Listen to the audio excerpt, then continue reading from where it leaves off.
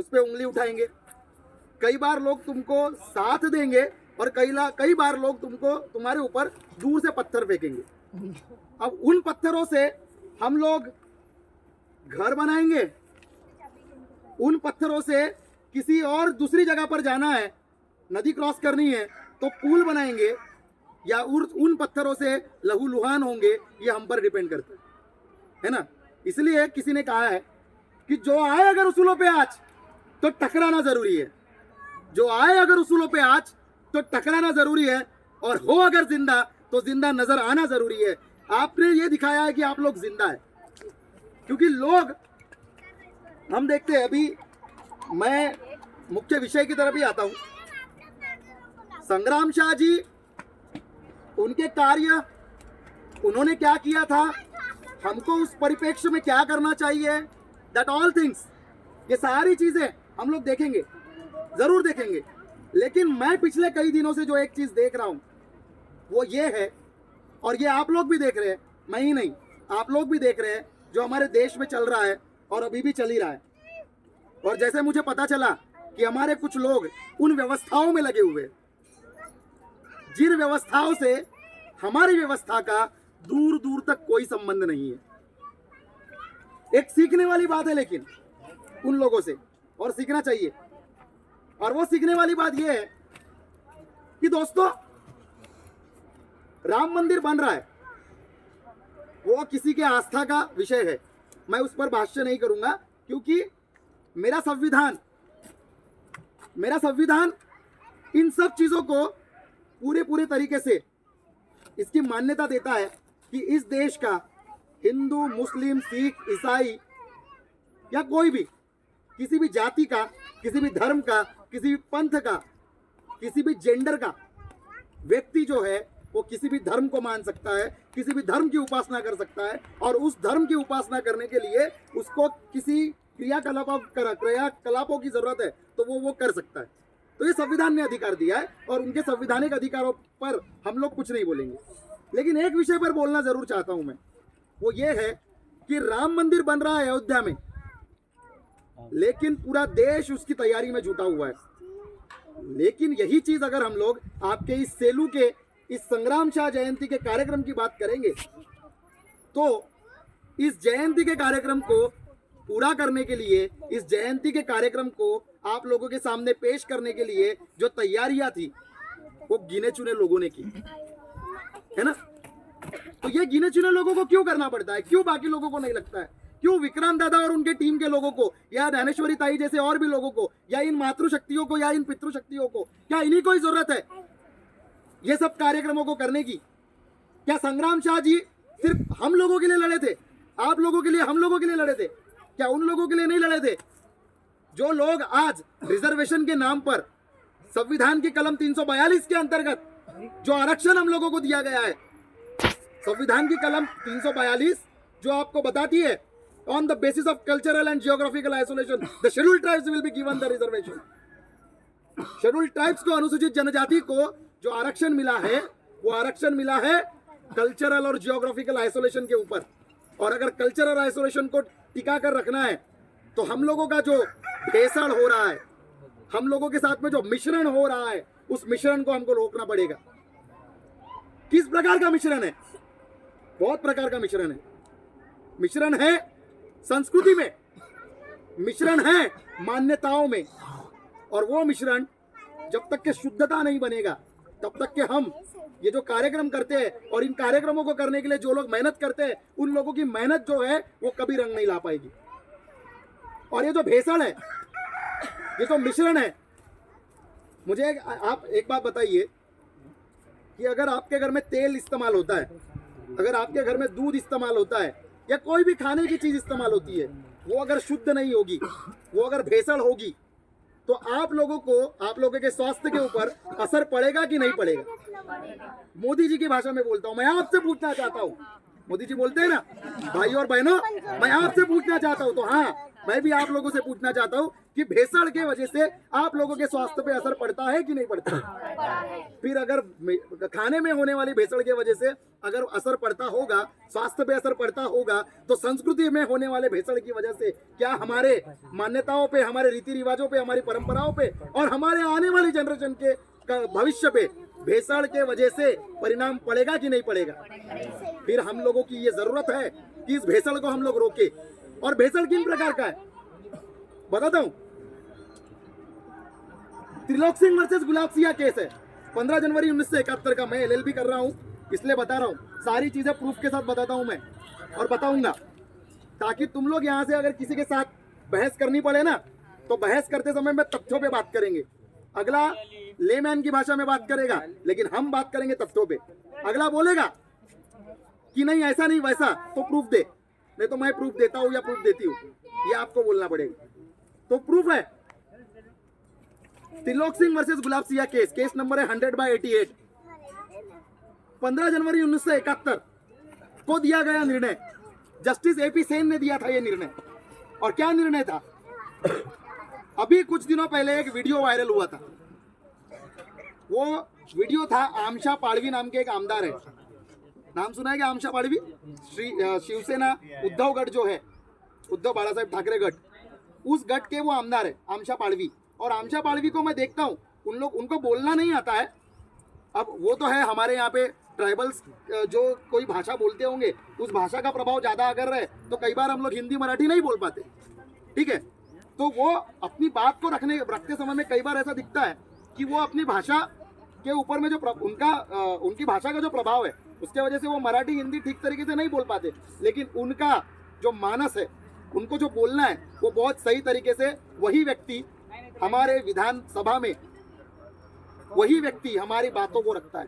और उन्होंने बोला है, उनका जाहिर स्टेटमेंट है कि आदिवासी हिंदू नाही, आदिवासी हिंदू नाही, जाहीर स्टेटमेंट आहे। आणि त्या स्टेटमेंटवर चॅनल वाल्यांनी, I am sorry I am saying that word, पर त्या भडवेगिरी करणाऱ्या चॅनल वाल्यांनी ते जे व्हिडिओ दाखवला आहे, ते व्हिडिओ दाखवताना नवीन वादाचा विषय म्हटलाय। अबे वादाचा विषय कशाचा ना? वादाचा विषय कशाचा? नाही आहो आम्ही, नाही आहो तर नाही आहो, मग याच्यात वादाचा विषय काय आहे? तर 15 जानेवारी 1971 ला जस्टिस एपी सेनने जो निर्णय दिला होता, त्या निर्णयामध्ये म्हटलं आहे की ट्रायबल्स आर नॉट हिंदू। काय म्हटलंय? ट्रायबल्स आर नॉट हिंदू, आदिवासी हिंदू नाही। आणि ते हिंदू का नाही?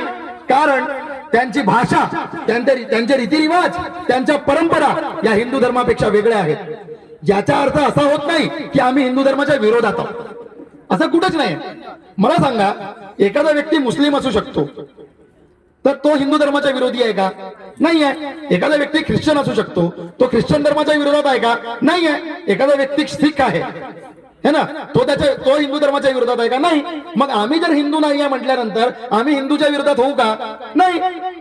माझे खूप चांगले मित्र आहेत हिंदू, नाही का? आहेत, तुमचेही चांगले असतील। याचा अर्थ हे होत नाही की आपण त्यांचा विरोध करतो। आपण जे करतो आहोत, आपण हे करतो आहोत की माझी भाषा, माझे रीतिरिवाज, माझ्या परंपरा आणि माझी व्यवस्था जी मला माझ्या पूर्वजांनी दिलेली आहे, ती व्यवस्था मला पाडण्याचा संविधानाने अधिकार दिलेला आहे। आणि संविधानाने जो मला अधिकार दिलेला आहे, त्या अधिकारावर गदा आणण्याचा कोणालाही अधिकार नाही। आणि म्हणून आम्हाला या गोष्टी लक्षात घ्याव्या लागतील की जो हिंदू धर्माचा ऍडिशन झालेला आहे आपल्या संस्कृतीवर, ती भेसळ आपल्याला वेगळी करावी लागेल, नंबर 1। नंबर 2, आमचे पुष्कळ सारे लोक जे आहे त्यांच्यावर तर कुठल्या तरी दुसऱ्या धर्माच्या कधी कधी टोपी लावून दर्गामध्ये जातात, गेलं पाहिजे, त्यांनी त्या धर्माचा सन्मान केला पाहिजे। पण ते सन्मान करत असताना आपल्या देवी देवतांना, आपल्या पूर्वजांच्या दिलेल्या व्यवस्थेला कुठेतरी तिलांजली देऊन जर आपण या सगळ्या व्यवस्थांचं पालन करत असेल, तर मग आपल्यासारखी हरामखोर औलाद कोणीच असू शकत नाही। आपल्यासारखी हरामखोर औलाद कोणीच होऊ शकत नाही जर आपण आपल्या व्यवस्थेला स्वीकारत नसेल तर। आपण बघतो की आता गावांमध्ये ख्रिश्चन मिशनरीज फिरत आहेत, आणि त्या ख्रिश्चन मिशनरीज काय करतायत?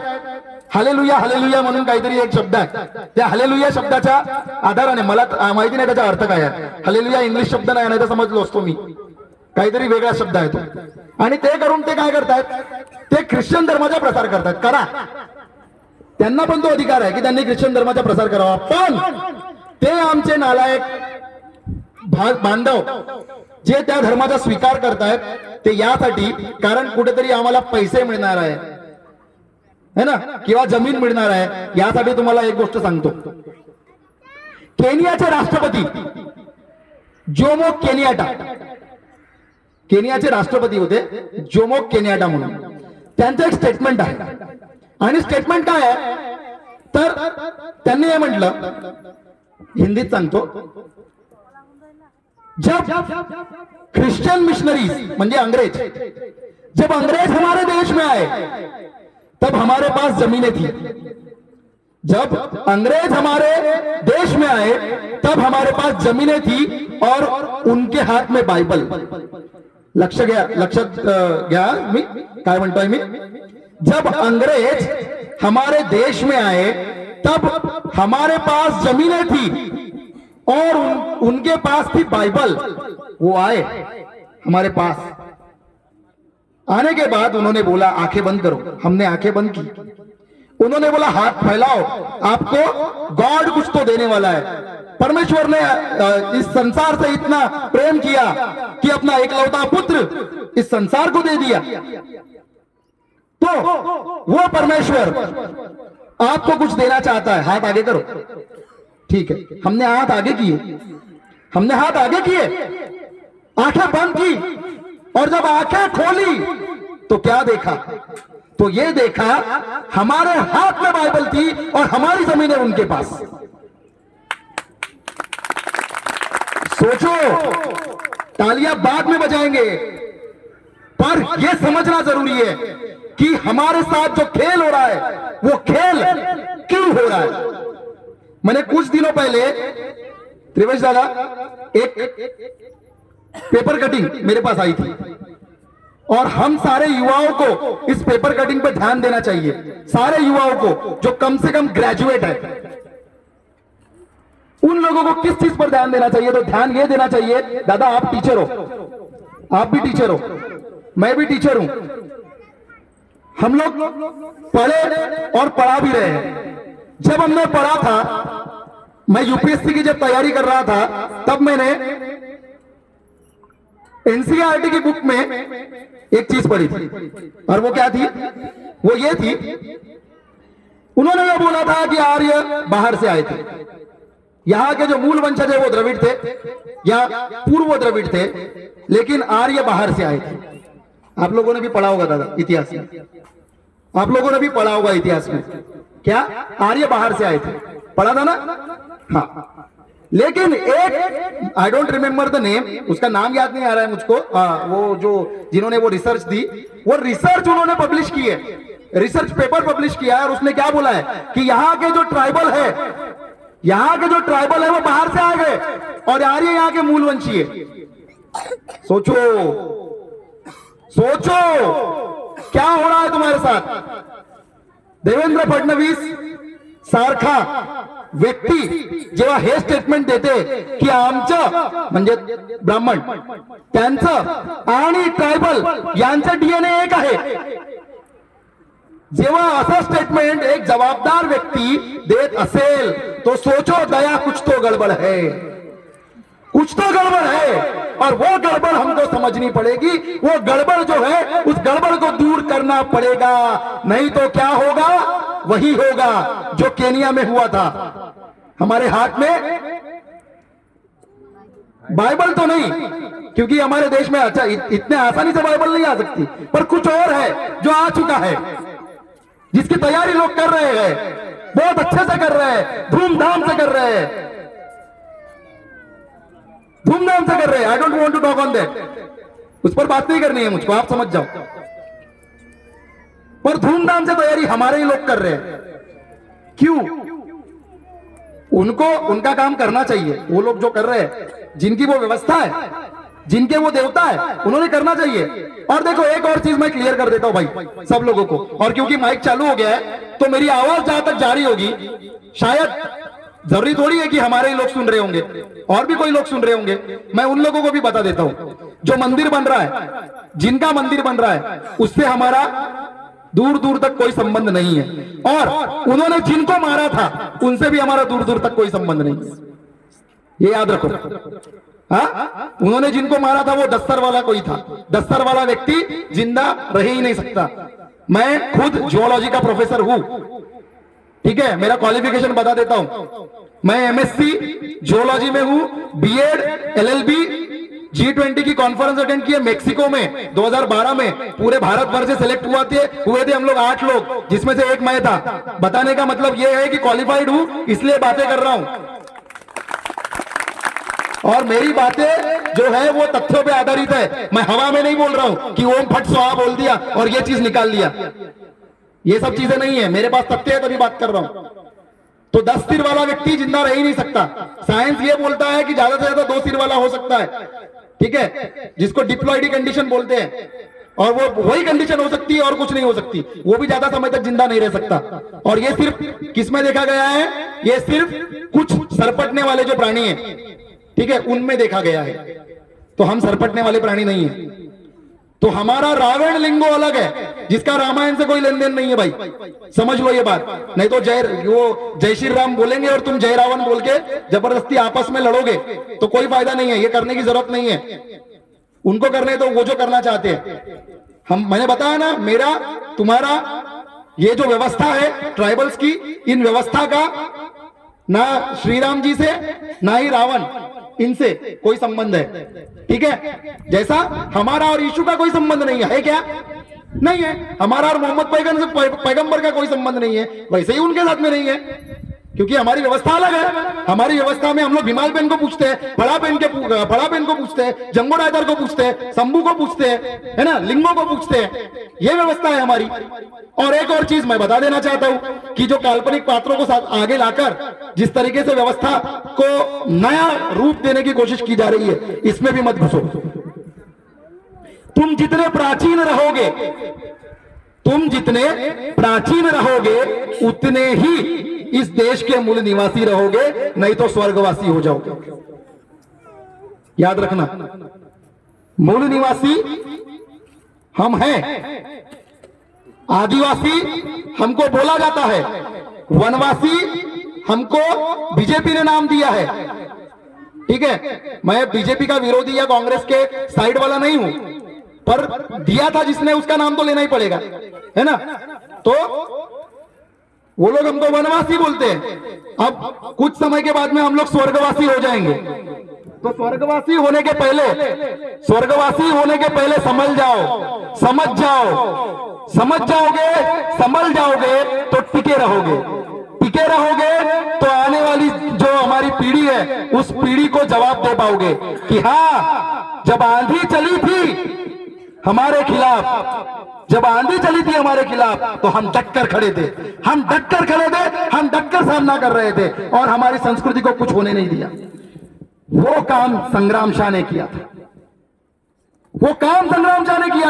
जब एक परगना का उनको अधिपति घोषित किया गया था, एक परगना का, वो संग्राम शाह जिसकी मैं बात कर रहा हूं, वो एक परगना से 52गढ़, कुछ लोग 152गढ़ बोलते हैं, मुझे भी कंफ्यूजन है, इसलिए 52गढ़ या 152गढ़ ये आप लोग थोड़ा सा रिसर्च करके देख लेना। पर जैसे कई सारे पाटाओं में सुना है तो 52गढ़, इसलिए 52गढ़ बोलता हूं। एक परगना से 52गढ़ और 57 परगना, इतना बड़ा विशालकाय राज्य बनाना हलवा नहीं था। हलवा था क्या? नहीं था। हलवा कैसे बनाते हैं? डालडा डाला, शक्कर डाला, रवा डाला, बन गया। तो एक परगना डाला, दूसरा परगना डाला, तीसरा परगना डाला, और 52गढ़ 57 परगना बन गए। ऐसा तो वो नहीं हुआ होगा ना। तो लड़ाई लड़नी पड़ी, और वो लड़ाई इस तरह लड़ी कि उस समय में मुगल या और भी कोई राजपूत राजा रहे होंगे, उन सबको टक्कर देते हुए अपने नाम की धौंस जमाना, अपने नाम का एक तरीके से लोगों मतलब उन दुश्मनों के अंदर अपने नाम की धौंस जमाना अपने आप में बहुत बड़ी बात है दोस्तों। तुमको कोई राज्य जीतना नहीं है। मैं ये जो बता रहा हूं संग्राम शाह से तुम लोगों को इसलिए कनेक्ट कर रहा हूं क्योंकि यहां पे जितने लोग बैठे हैं वो सारे संग्राम शाह के वंशज है। ये सारे संग्राम शाह है और संग्राम शाह ने कभी जिंदगी में हार नहीं मानी थी। इसलिए उस संग्राम शाह को अपने अंदर जगाओ और जगाते हुए अपने पुनर् के लिए, अपने लोगों के लिए, अपने लोगों के हक और अधिकारों के लिए अपने अंदर के संग्राम शाह के माध्यम से अपने हक और अधिकारों को छीन लो, अपने हक और अधिकारों को वापस लो। तब जाकर यह जयंती जो है ये हम लोग सही मायने में मना पाएंगे। संग्राम शाह जिनका असली नाम अमनदास था, अमनदास से संग्राम, ये जो कहानी है ना, ये कहानी नहीं है, ये गाथा है। ये गाथा है जिनके चरणों में मेरा माथा है। वो ये क्या कि अम्मनदास एक परगना का मालिक, एक परगना का राजा अम्मनदास 52गढ़ 57 परगना का संग्राम शाह बनता है। 52गढ़ 57 परगना का संग्राम शाह बनता है। कैसे बनता है वो सुनना पड़ेगा, वो पढ़ना पड़ेगा, वो जानना पड़ेगा। संग्राम शाह ये पदवी दी गई थी उनको। सुना है किसी गोंड राजा को पदवी देते हुए? उनके अंडर जो भी राजघराने आए, उन राजघरानों ने उनको वो पदवी दी संग्राम शाह की, जिन्होंने अपने पूरे शासनकाल में सोने के सिक्के चलाने का जिनको बहुमान मिलता है। गोंडवाना में सोने के सिक्के चले गए, सोचिए। और गोंडवाना कहा था, देखो मैं आपको बताता हूं एक चीज, महानता कैसे बताएंगे? महानता सिर्फ जीतना नहीं होता है। अगर तुम लड़ाइयां जीत रहे हो और लड़ाइयां जीतना मतलब आप महान हो गए, ऐसा नहीं है। लड़ाइयां जीतने के बाद जो प्रदेश को जीता है उस प्रदेश को टिकाकर रखना, यह भी सबसे बड़ी बात है। और आप लोग अगर गोंडवाना की बात करेंगे तो आपको एक चीज समझनी पड़ेगी कि गोंडवाना कहां है। तो गोंडवाना मध्य भारत में कहां है? कहां है? झोपले का सगळे झोपू नका, मी खूप लांबून आलो, एक कार्यक्रम मला पुन्हा करायचा आहे जाऊन, तर कुठेतरी माझ्यात ती एनर्जी असली पाहिजे। ती एनर्जी माझ्यात जर असली पाहिजे तो तुमच्यातही असली पाहिजे। हा काय म्हटलं मी? काय गोंडवाना? मध्य भारत में। तो मध्य म्हणजे पूर्वेकडून पश्चिमेला जायचं असेल तरी मध्यातून जावं लागेल, उत्तरेकडून दक्षिणेला जायचं असेल तरी मध्यातून जावं लागेल। इसका मतलब उत्तर का राजा दक्षिण पे अगर आक्रमण करता होगा तो उसको मध्य को जीतना पड़ेगा, पूर्व का राजा पश्चिम पे अगर आक्रमण करता होगा तो उसको मध्य जीतना पड़ेगा, और वाइस वर्सा। पश्चिम का राजा पूर्व को जीतने के लिए मध्य को जीतेगा, दक्षिण का राजा मध्य को जीतने के उत्तर को जीतने के लिए मध्य को जीतेगा। या फिर अगर उसको पूर्व से उत्तर की तरफ भी जाना है तो मध्य पड़ेगा। मतलब ये कि जीतना है तो मध्य भारत को हराना पड़ेगा, मतलब गोंडवाना को हराना पड़ेगा।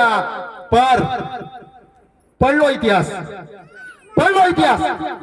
उत्तर का राजा दक्षिण में जाके, उत्तर का राजा दक्षिण में जाके राज किया है क्या? हमने हमारे प्रदेशों की, हमने हमारे राज्य की, हमने हमारे किंगडम की रक्षा की है, आखिरी बूंद तक की है। और ये आखिरी बूंद तक की है, ये इसलिए बोलता हूं कि भाइयों आप लोग अंदर आ जाइए इधर, क्योंकि आपको पता है कि सिर्फ बाहर पढ़ने के लिए अंदर नहीं आने दिया था करके जो काम किया गया था, एक बड़ी लड़ाई लड़ी थी डॉक्टर बाबा साहब आंबेडकर ने, ये याद रखो। तो अंदर आने के लिए लड़ाई लड़ी थी, हम जानबूझ के बाहर ना जाए। तो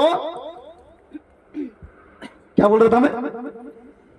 हाँ, मध्य भारत की जो लड़ाई है, हाँ एक बहुत इंपॉर्टेंट चीज है वो मैं बताना चाह रहा हूं और उसके बाद में मैं मेरी वाणी को विराम दूंगा।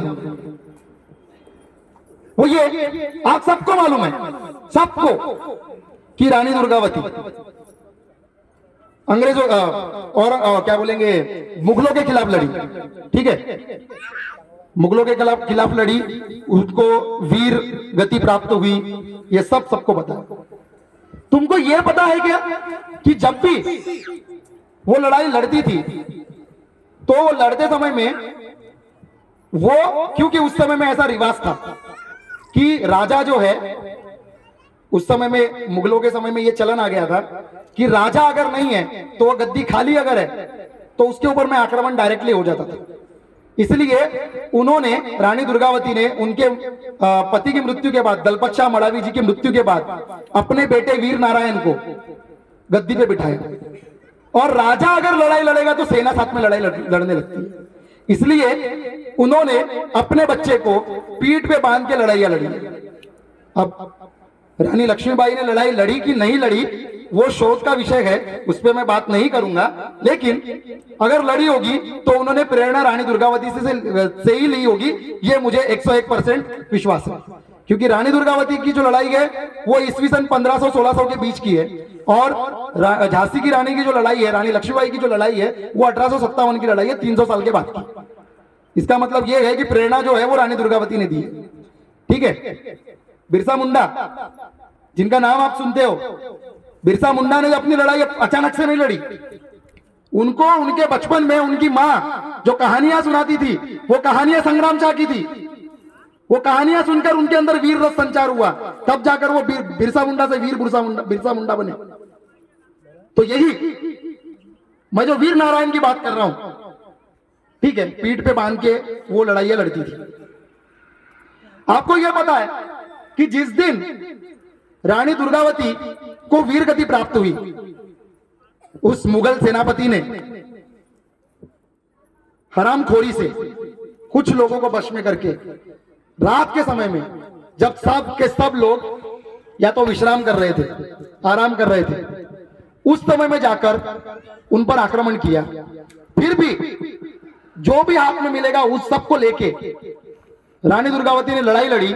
उनका हाथी नरई नाला में अटक गया, जिसके वजह से वो गिर पड़ी और वो मुगलों के हाथों आ जाती, वो हाथ में ना आए करके अपने गोंडवाना के सम्मान के लिए उन्होंने अपने हाथ से अपने कटार जो है वो अपने अपने अपने सीने में उन्होंने उतार दिया।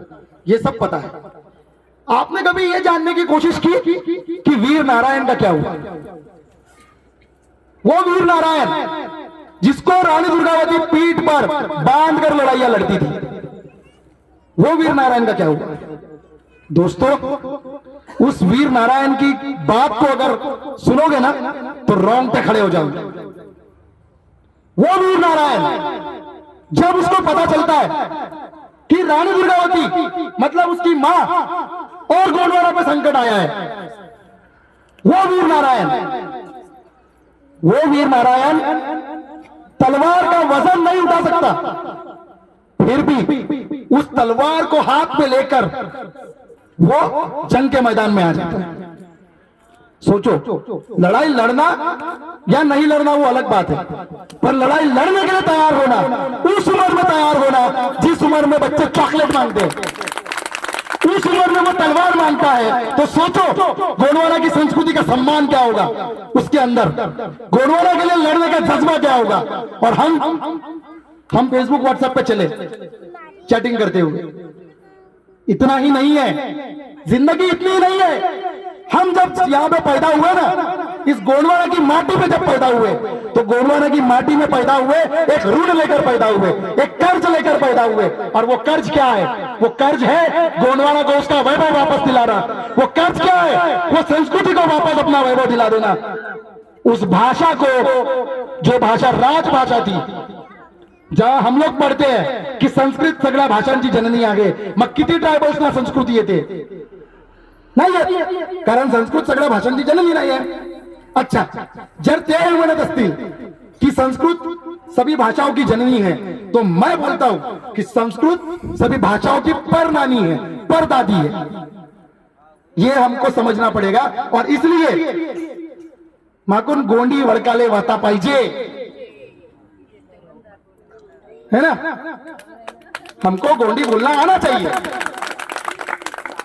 गोंडी बोलेंगे तो गोंडी संस्कृति को समझेंगे, जो जुड़ाव है वो बहुत करीबी होता है। मादलाओं को जब समझते हैं, गाथाओं को जब समझते हैं, जब अलग अलग कथाओं को सुनते हैं, जब अलग अलग गोंडी गाथाओं को सुनते हैं, तो संस्कृति और साइंस ये दोनों को जोड़ पाते हैं। मैंने, आप लोग विश्वास नहीं करेंगे कि मैं गोंडी संस्कृति को नहीं मानता था, लेकिन एक चीज थी जो मैं मानता था, और वो मेरे पूर्वजों से मुझ तक पहुंची थी। वो ये थी कि मेरे घर में हमेशा चैत्र महीने के दिन चैत्र महीने में भीमाल पेन का गोंगो किया जाता है। चैत्र पूर्णिमा से 5वें दिन मेरे यहाँ से जो भीमाल पेन के नाम से पूजपन सेवा दी जाती है, हम लोग बकरा लेकर जाते हैं। ये व्यवस्था मेरे को पता था। अब क्या है कि मैं ऑब्वियसली पढ़ा लिखा और स्कूल में बहुत अच्छा था पढ़ाई में, ठीक है। मैं पूरे महाराष्ट्र में साइंस एग्जीबिशन में फर्स्ट आया था, पूरे महाराष्ट्र में। और मैंने नागपुर जिले का 22 साल का रिकॉर्ड तोड़ा था 2005 में, जो आज भी मेरे नाम था, ठीक है। तो बहुत ब्राइट था, और ब्राइट था तो ऐसा लगता था कि ये कुछ भी है, ठीक है। ये मतलब सिर्फ ठीक है भैया, एक मुक्या जनावराला घेऊन जातो आपण आणि तिथं कापतो, बलि देतो वगैरह वगैरह। और क्योंकि मैं जिस स्कूल में पढ़ा और अभी पढ़ा भी रहा हूं उसी स्कूल में, वहां पे जो लोग थे उनकी व्यवस्था, उनका जो विचार प्रणाली है वो विचार प्रणाली मोस्टली इसी आधार पे है कि मुक्या प्राण्या जब बढ़ी जाते हे ते वगैरह वगैरह। मैं भी वैसी समझता था, लेकिन जिस दिन मुझे इन सब चीजों का ज्ञान हुआ, तब मैंने इसमें रिसर्च करना शुरू किया।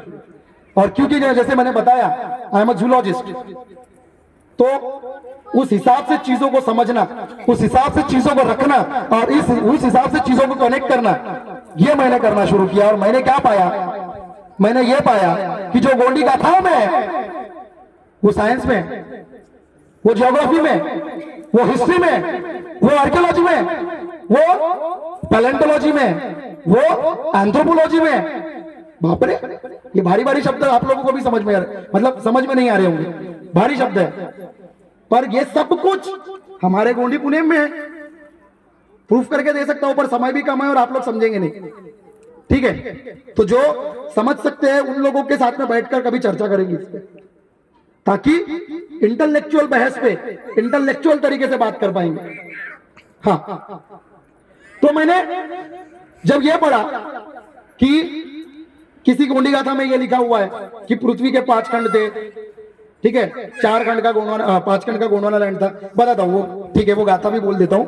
सयुंग खंडाना गंडोदीप, नालुंग खंडाना अंडोदीप, नरुंग खंडाना धरती मंदा, सारू खंडाना सीरदीप, धरती राजाल चंपू आंदूर, वेन राजा लिंगोरो, धरती दाई मुला आंदूर, वेन दाई रायतर जंगोरो, धरती दाऊ सल्ला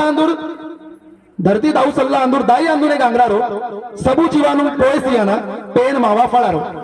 ये गोंडी गाथा थी, ये गोंडी गाथा सुनी थी, पर इसका साइंटिफिकली क्या लेन देन है ये कभी नहीं समझा था।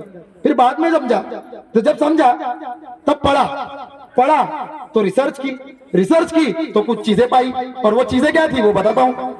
वो चीजें एडवर्ड स्लेस नाम का एक जियोलॉजिस्ट, मेजाम्पीर नाम का एक जियोलॉजिस्ट, एग्रानेट नाम का एक जियोलॉजिस्ट, अल्फ्रेड वेगनर नाम का एक जियोलॉजिस्ट, ये जो नाम बता रहा हूं ना सब फॉरेन ऑथर है। इन लोगों ने ये बताया कि पृथ्वी के 2 भाग थे, एक पार्ट था गोंडवाना लैंड, दूसरा था लॉरेशिया। लॉरेशिया 4 खंडों से बना था, गोंडवाना लैंड 5 खंडों से बना था। ये गोंडी गाथा में सेम चीज दी है। तब मैंने समझा, अरे ऐसा है, ऐसा भी हो सकता है। फिर कनेक्ट करते हैं तो यह दिखता है कि मेरे गोंडी पुणे में किसी की शादी होती है तो 9 डेरी का मंडप रहता है। फिर सोचा मंडप डालना है तो 4 डेरी में भी बन सकता है, 9 डेरी का ही क्यों चाहिए। फिर समझ में आया, सयुंग खंडाना गंडोदीप, नालुंग खंडाना अंडोदीप, 5 और 4 9, बापरे ऐसा कनेक्शन है। ये जब समझा तब समझा कि गोंडी पुनेम हलवा नहीं है, गोंडी पुनेम सारे वैज्ञानिक और लॉजिकल तथ्यों पे आधारित है, हवा में नहीं है। ओम फट स्वाहा, it is not like that. ओम फट स्वाहा नहीं है ये। अगर हम लोग सेवा भी बोलते हैं ना तो उसका एक मीनिंग है। चलो देखते हैं क्या मीनिंग है। लो एक बार करते हैं, करो से, छोड़ो, कैसा लगा? से वाह, आवाज आएगा, देखो करके देखो एक बार। नाक से कैसा आवाज आता है? से और वाह आता है ना। ये है लॉजिकल तथ्यों पे आधारित है, समझना पड़ेगा। समझेंगे तब बता पाएंगे, ऊपर ऊपर समझेंगे तो क्या बताएंगे, है ना? बराबर। तो 4 बज चुके हैं, मुझे जल्दी जाना है। माफ करना कि मुझे बोलने के लिए बहुत सारा था, और विक्रांत दादा प्रेजेंट नहीं है, तो विक्रांत दादा के इधर की भाभी को बता देता हूं कि अगली बार मुझे बुलाइए, बहुत सारा समय लेकर आऊंगा, ठीक है, और बहुत सारी बातें करूंगा, ठीक है। तब तक के लिए मैं मेरी बातों को विराम देता हूं। एक कविता मैं हर जगह पे बोलता हूं जो मैंने खुद लिखी है। मैंने 2 कविता लिखी है, दोनों कविता बोलता हूं। इच्छा हो रही है कि दोनों कविता बोलूं, ठीक है, तो दोनों कविताएं बोलता हूं। एक कविता है, कोई याद रखे ना रखे, कोई याद रखे ना रखे पर हमने बस ये ठाना है, कोई याद रखे ना रखे पर हमने बस ये ठाना है, कौन थे वो वीर और क्या थी उनकी वीरता, कौन थे वो वीर और क्या थी उनकी वीरता, ये दुनिया को हमें बताना है वीर सपूतों मेरा वादा, है वीर सपूतों मेरा वादा, तुम्हें कोई भूल ना पाएगा कि हर युवा तुम्हारा शौर्य लोगों के बीच जगाएगा, कि हर युवा तुम्हारा शौर्य लोगों के बीच जगाएगा, मरकर भी जो अमर रहेंगे, मरकर भी जो अमर रहेंगे उनको कौन भूल पाएगा, मरकर भी जो अमर रहेंगे उनको कौन भूल पाएगा। और ऐसे वीरों के सम्मान में, और ऐसे वीरों के सम्मान में यह सोडुम नित नित शीश झुकाएगा, यह सोडुम नित नित शीश झुकाएगा, यह सोडुम नित नित शीश झुकाएगा। और आखिरी कविता बोलकर अपनी बातों को विराम दे, जो मैंने पहली बार लिखी थी, और तब लगा था मुझे कि यार तू कविता कर सकता है भाई, और फिर मैंने थोड़ा थोड़ा लिखना शुरू किया। तो वो कविता थी, उस दिन जो किया था तुमने दोहरा न पाया आज तक कोई, उस दिन जो किया था तुमने दोहरा न पाया आज तक कोई, तेरी वीर गति को सुनकर, तेरी वीर गति को सुनकर गोंडवाना की जनता रोई, तेरी वीर गति को सुनकर गोंडवाना की जनता रोई, तेरी वीरता का बखान पल पल ये इतिहास करेगा, तेरी वीरता का बखान पल पल ये इतिहास करेगा, जब जब होगा वीरों का स्मरण, जब जब होगा वीरों का स्मरण तुमको भी वो याद करेगा, जब जब होगा वीरों का स्मरण तुमको भी वो याद करेगा। शब्दों में भी ना वर्णित हो, शब्दों में भी ना वर्णित हो, ऐसी तेरी वीर गाथा है, शब्दों में भी ना वर्णित हो, ऐसी तेरी वीर गाथा है। और तेरी उस वीरता के आगे, तेरी उस वीरता के आगे यह सोडुम शीश झुकाता है, यह सोडुम शीश झुकाता है, यह सोडुम शीश झुकाता है। सुरवे सेवा, सुरवे गोंडवाना, जय सेवा, जय गोंडवाना, जय संग्राम, जय गोंडवाना गणराज्य भारत।